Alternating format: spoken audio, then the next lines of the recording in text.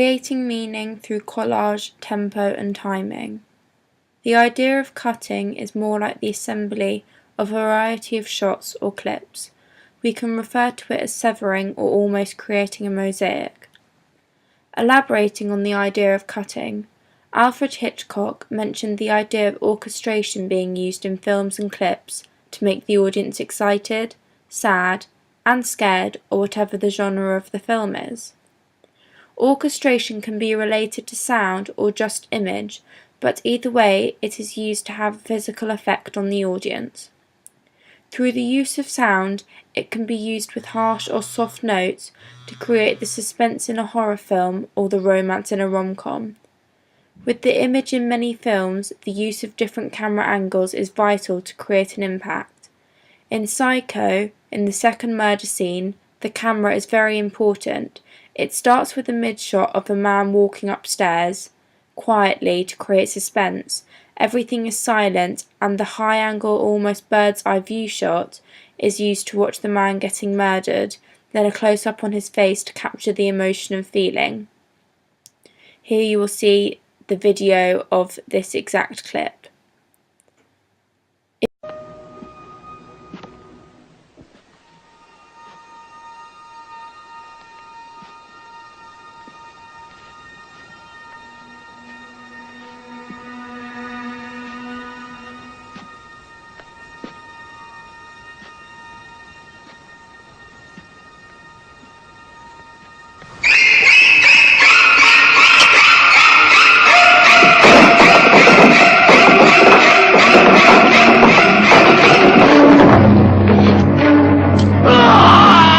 If you wanted to try and capture a young girl jumping off a bridge as part of a film, you wouldn't actually be able to let her jump, so you would have to use a variety of shots to try and create the illusion that she has jumped.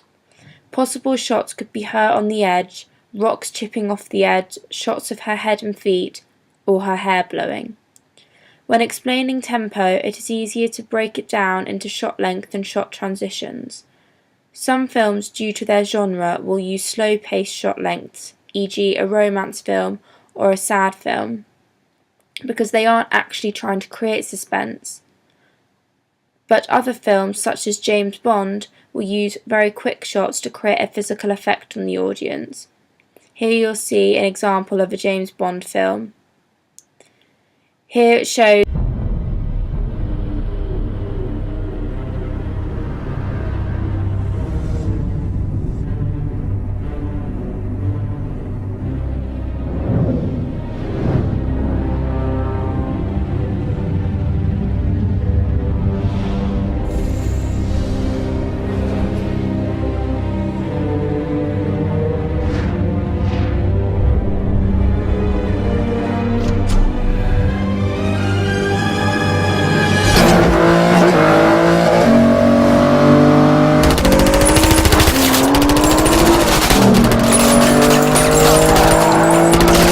the use of gunshots in combination with the loud car chases, which will have a physical effect on the audience.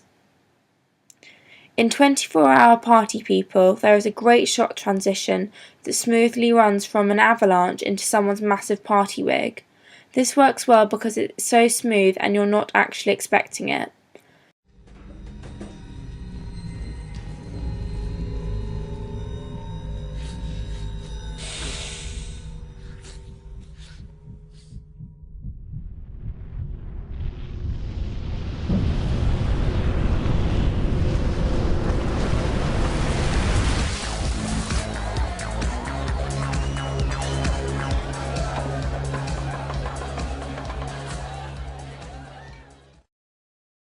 Image or shot to another and can be used to suggest the passing of time.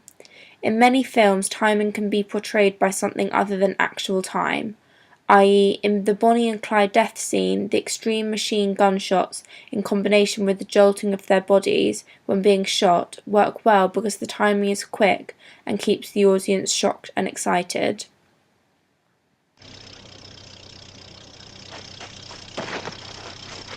Hey.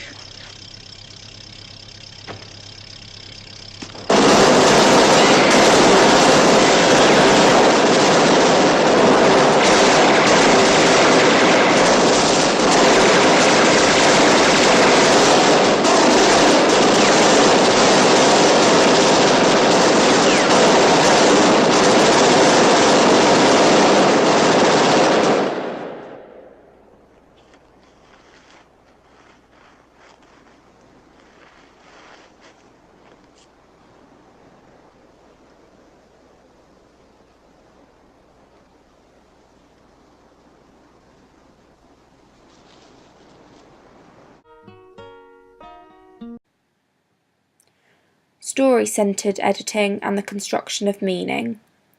When trying to explain editing in spaces, it's easier to explain it as if you're looking at a scene in a film when it's been paused. For example, in Fiddler on the Roof, it shows 3 people standing in a triangle form with the middle person being seen and the other 2 with their backs to the camera. You immediately think that those people are in the same time and space, but if you look at another shot where the same 2 people that were originally had their backs to the camera are now facing the camera and the other one can't be seen, you realise that those first 2 people could actually have just been cut in or had been spliced together, just to make you think that they were all in the same time and space. Arranging the order of events can be explained using Hitchcock's theory of that if you saw an old man with a blank expression on his face, then it cuts to a woman with a young baby, then cuts back to the old man, who's then smiling, you refer to him as a kind, old, caring man, but with one simple change to the middle shot, and change that to of a girl in a bikini, and cut back to the old man smiling, you would then completely change your opinion of him. He would now become a dirty old man. So with one simple change to the middle shot, it can alter the whole opinion of one of the characters. Shot reverse shot is a camera angle type which is commonly used in clips that contain conversations with 2 or more people, when you want to be able to view both of their reactions within the conversation. So if you do a shot reverse shot of 2 men talking and show one face then cut to the other, who the man now looks angry, you realise that whatever the other man has said obviously upset or annoyed him. When looking at eye line matches and trajectory of the looking eye, you learn to realise that the audience need to believe that what they're looking at is the same as the actor. So if a young girl is in a house alone and hears a noise upstairs, she would then need to look up the stairs to make it realistic. She wouldn't then look down and walk into the kitchen.